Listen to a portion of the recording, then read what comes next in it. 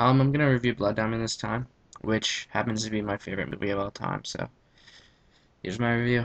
Um, the plot is that Danny Archer is caught smuggling diamonds as he tries to cross the border, and he gets sent to prison. And he overhears that a local fisherman named Solomon Vandy has found a massive diamond, but he doesn't want to tell anybody where he is because he wants to find his family.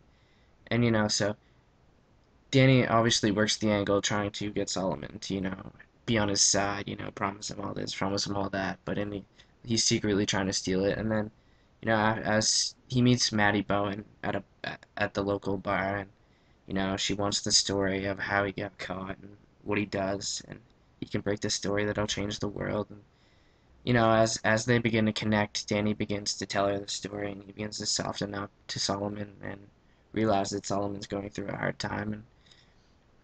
And they go to retrieve the diamond so that no one else can have it, and things go down.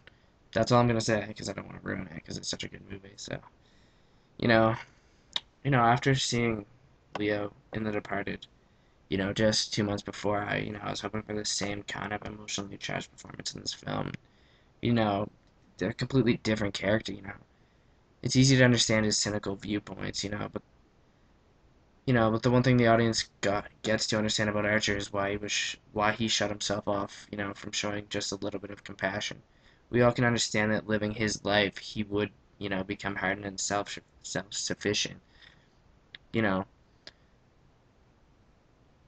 But the one thing we don't understand is having gone through this, why he wouldn't want to help Solomon Bandy, in any way. Solomon didn't do anything wrong. He just wanted his life back, he wanted someone to help him. He wanted his family. The one thing that meant the most to him. We see Archer throughout the film as scheming and planning to get Vandy out of the picture so that he can cash in on something Vandy worked hard for. And so as the film progresses, and Archer begins to connect with Maddie Bowen. We're not sure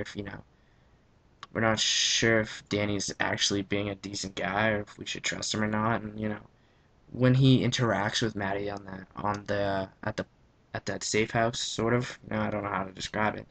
Sort of like a safe house, and he tells her, his background and where he came from, why he's so hard into life. DiCaprio is just brilliant, as he sips on this bottle of African wine and sits there and tells brutally honest stories of life, you know. And DiCaprio's so good because you don't know if you should believe anything Danny's saying or believe that, he has any compassion or, you know, or if he feels anything at all anymore. It's just DiCaprio at his finest and Jennifer Connelly and Jimon Hansu at his finest, and it's just a solid movie. You know, you know. Why is you want to know other than? Does anybody want to know other than Leonardo DiCaprio being fantastic? Why Blood Diamond is a good movie? Because it just doesn't focus on it doesn't just focus on Archer or Solomon Vandy or Matty Bowen, but on the government, the child soldiers in slavery, you know, and how they've been forced into doing what the revolution wants them to do. Blood Diamond is such an emotional film because they aren't afraid to show you all the horrifying images that many people are afraid to look at. On a day-to-day basis, we don't want to see child labor. We don't want to see, people losing their lives for a diamond, something that, we take for granted. People can raise the argument these are, just fictional characters and this is just a fictional story, but I will raise the counter argument that, that there's a lot that goes on in this world. It's exactly like what happens in Blood Diamond, As the final screen tells us, and I'm not giving anything away by telling you this, so there's no plot destruction here by telling you this fact. But the final line of, you know, script, as it flashes at the end, says, and still today, there are over 200,000. 200,000, that's a huge number of child soldiers in Africa. And that's such a huge number in in many aspects because we're we're the ones buying these diamonds, and you know, handing them off to our girlfriends who, I just find that people overestimate how much goes in, personally, I won't buy a single diamond unless somebody can certify to me with a document in my hand stating that nobody's lost their life for that diamond. I'm not gonna. If a retailer cannot do that for me, personally, I'm not buying it. And I'm sorry. I know many people probably don't agree with that, but I just feel like I can't do it unless someone can prove to me that it's certified clean and that nobody's died for it. Because I would feel bad buying it knowing that some kid or even some man or some woman died just trying to get this for me. Like I don't need it that bad. None of us do, and that's what this movie's trying to make us see. It's, do we know the backstory as to how we get these things? We just enjoy the luxuries that we have, but do we actually know how what people went through to give these things to us? And that's what Blood Diamond does. It doesn't just show us Archer, or it doesn't just focus on how Archer's a, Archer is a mean, uncaring, ungrateful, bastard at times.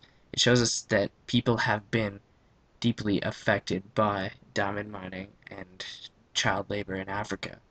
And, there's it you know, you might not see it as the greatest film of all time as I do, or you might not see DiCaprio's performance as one for the books or any award worthy at all, but if one image from this film stuck with you when you watched it, then this movie did its job, whether it be the child soldiers, the refugee camps, the burning of villages, or men working in camps day in day out just to find diamonds so the wealthy people in America can buy each other presents, then this film did what it's supposed to do. Blood Diamond to me is the best film of 2006 and perhaps the best film I've ever seen. DiCaprio should have won an Oscar. Hansu should have won an Oscar. You know, but most of all, I honestly feel that this movie should have been up for Best Picture. It's so real in its portrayal of these characters and these events that you wish it would have won Best Picture. And I'm gonna do something a little different.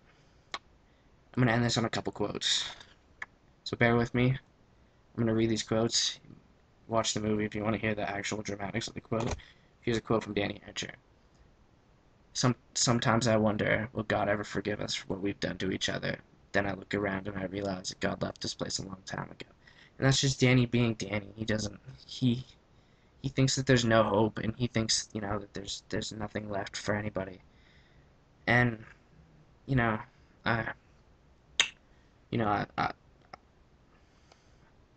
don't even know what to say right now. This movie leaves me speechless every time I try to talk about it. And I'm gonna end it on one more quote. This is another one from Danny. You come here with your laptop computers, your malaria medicine, and your little bottles of hand sanitizer, and you think you can change the outcome, huh? Danny doesn't think that anything anybody does can help. He thinks that the world's just messed up and there's nothing anybody can do, and he's not willing to let anybody try, you know? And I don't think there's any more I can say about this movie that I've already said, so I'm just gonna say that I absolutely love this movie, and I hope that if you watch it, you're deeply affected by the same things I was deeply affected by, and I hope you enjoy not just DiCaprio's performance, but Djimon Hounsou's performance, Jennifer Connelly's performance, the supporting performances by Arnold Vosloo and the other guys, Just love this movie like I just love it, just watch it, be deeply affected by it, and let it change the way you think about diamonds. And hopefully, after this movie, you will want to find out whether or not your diamonds that you're buying are conflict free.